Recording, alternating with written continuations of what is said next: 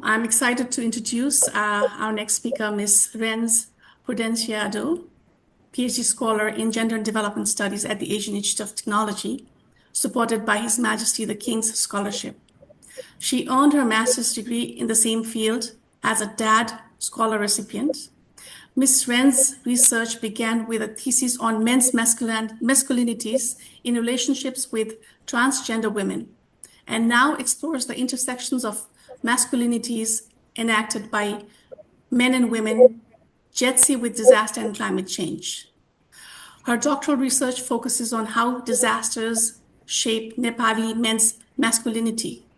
She also works on projects addressing sea level rise and marine hazards to inform locally grounded gender transformative policies.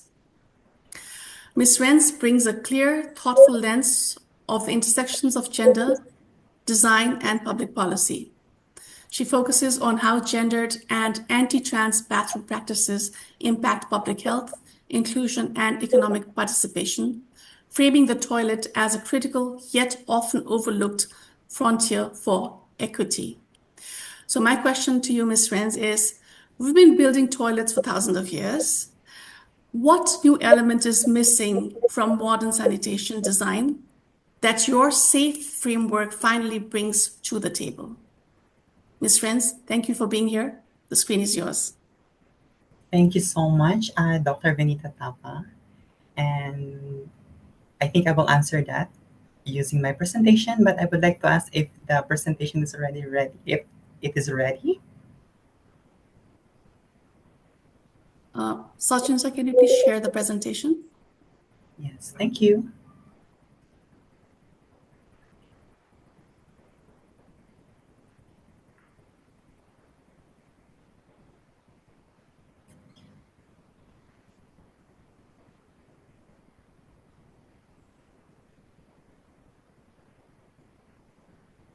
Okay. So good evening, everyone. Tomorrow is World Toilet Day, and I think it's a time that we celebrate sanitation. We usually talk about pipes, plumbing, and plate latrines. But today, I want to talk about something darker. I want to talk about one of the most dangerous room and prominent site of gender critical feminism in the world, and that is the public toilet. Think about the last time you used a public toilet. You probably didn't think about your safety. You unlocked the stall, you did your business, and you left.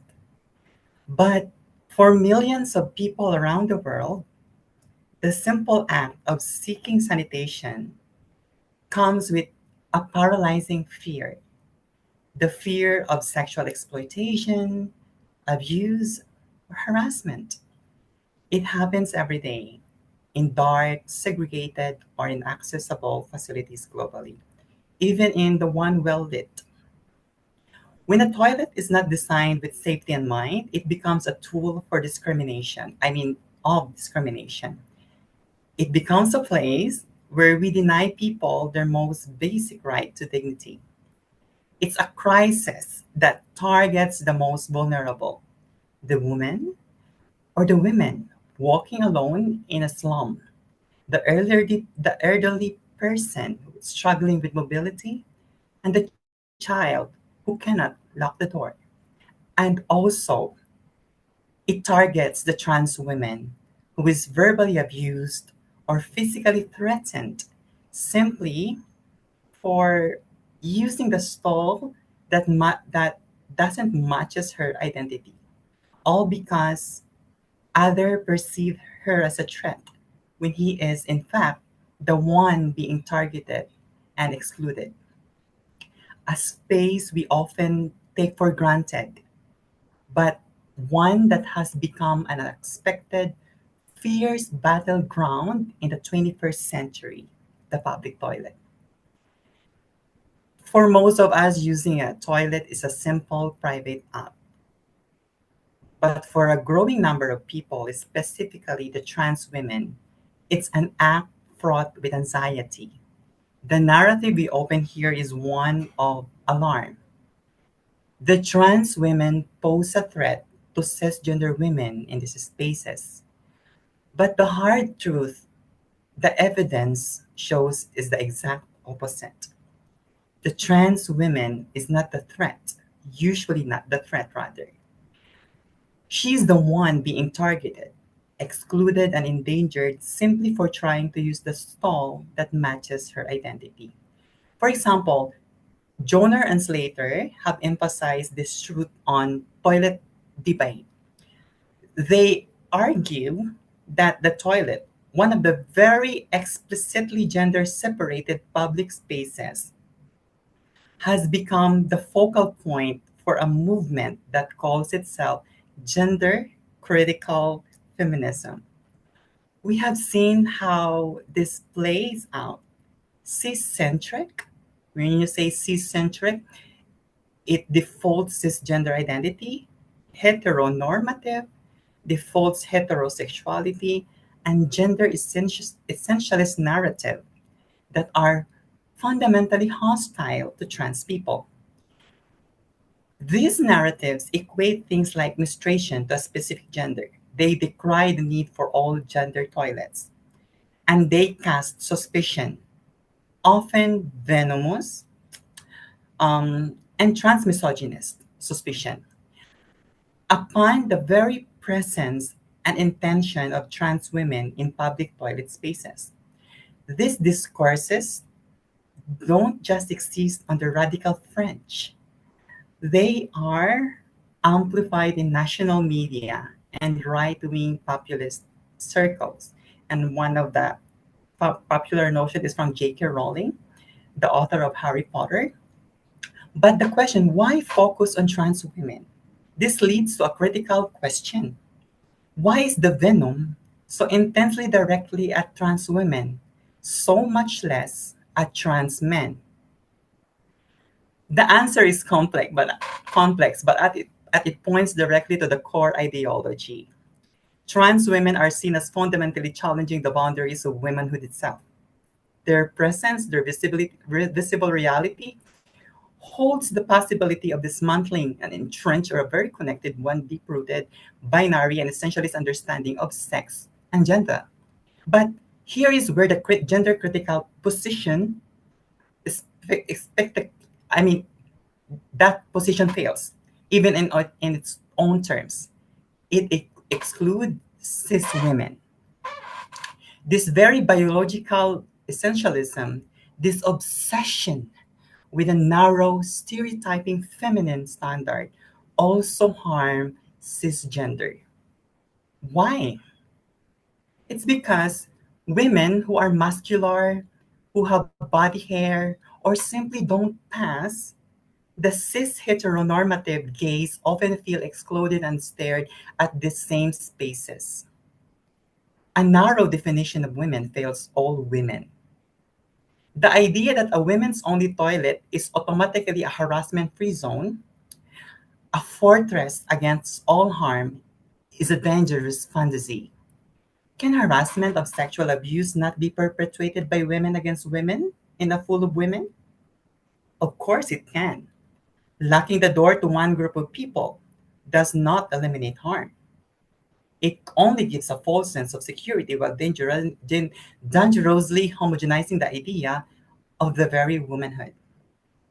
So when you look closely at this conflict, you realize the argument is not only about the design or the architecture of everything or the engineering, nor is it purely about equity or even cis women rights. The views are ideological. So as researchers like Peg Slater and Charlotte Jones have argued, gender critical feminists prioritize the demonization and exclusion of trans people, even when this comes at the expense of improving toilets for all.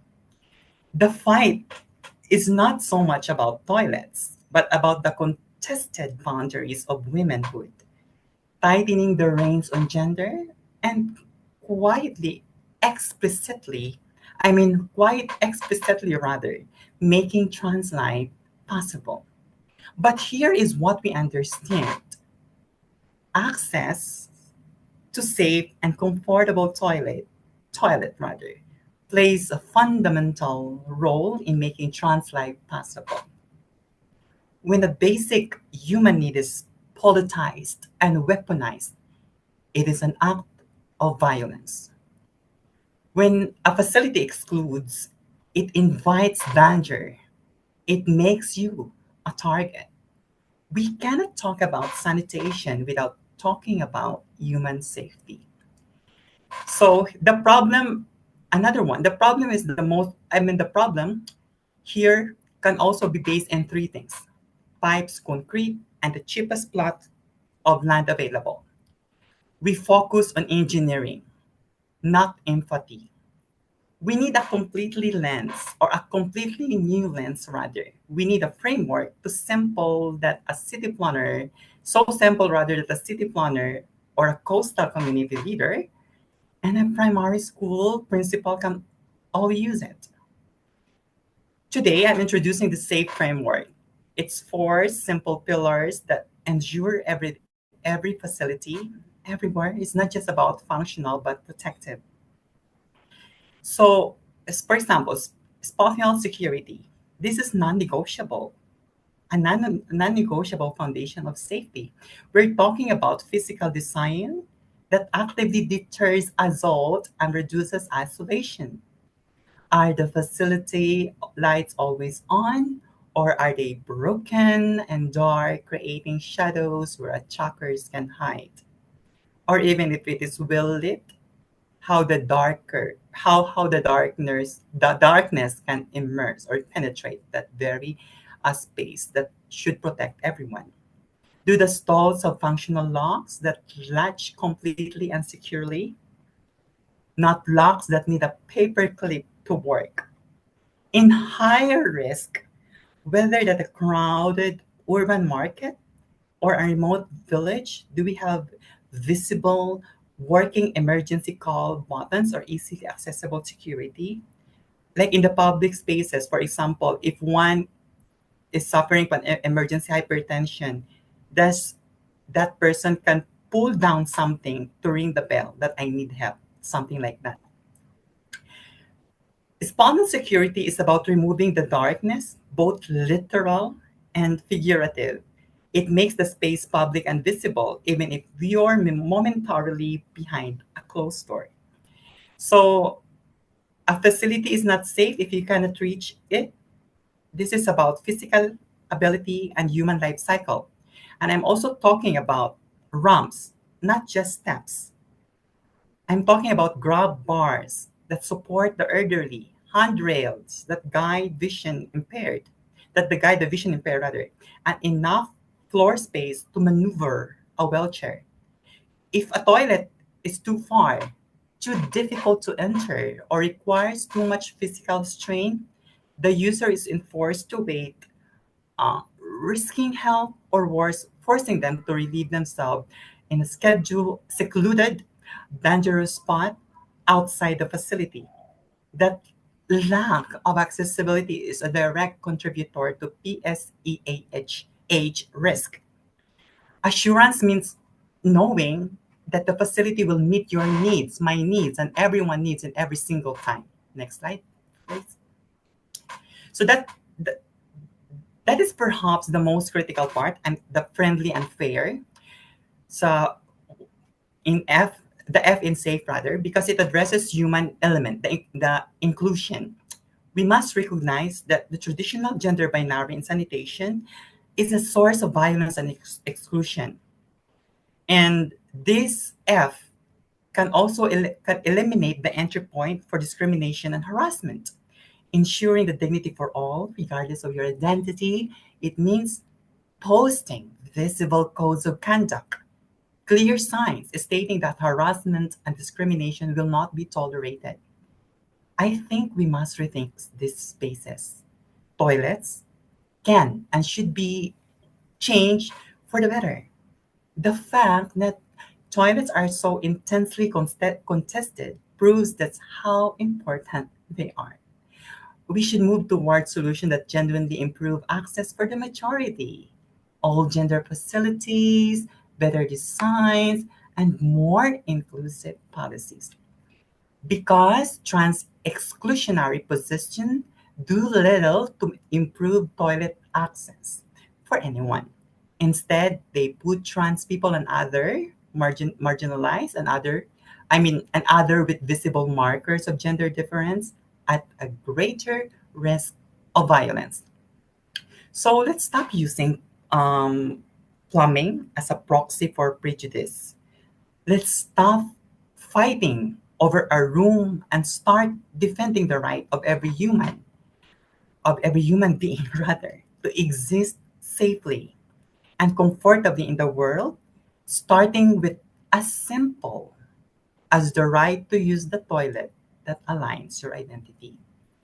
A safe toilet is safe where no one needs to pass as gender inspection to pee. So last one is the environmental equitable. So this recognize that a toilet is part of a community in a landscape. If you are in a coastal zone, like for me, I grew up on an island, safety means the facility must be resilient. Can it survive the next storm or flood? If the toilet washes away, the entire community is instantly thrust into a PSEAH crisis. So equitable means the facility is community owned and managed. It is maintained, it can be maintained like local women and men who are trained, not just in cleaning, but in an accountability. Like for example, in, I mean, how the data speaks from my data gathering in Nepal about how men and women, especially men, how they build the community toilet after the riverine flooding last September 24. So when the community owns the facility, they ensure its safety. They monitor for abuse and they uphold the harassment code that saves everyone. So thank you so much for your attention. You don't have to be a structural engineer to build a safe world. You only need to be an engaged citizen. Today, tomorrow, on World Toilet Day, I'm asking you, the non-specialist, to take three simple action. Look for the S and A. The next time you walk into a public restroom, stop and speak up and report. Advocate for inclusion in your office, in the public spaces. It's a simple infrastructure change with an impact on human society. Third, think about E. Invest your energy and resources in locally managed and resilient sanitation projects. The solutions that last are the ones that community owns. So we have spent decades focusing on getting uh, clean water in. Now, we must focus on getting people out safely and with dignity intact. Let's turn one of the most dangerous rooms into the safest room. Let's make sanitation truly safe for everyone and everywhere. Thank you so much.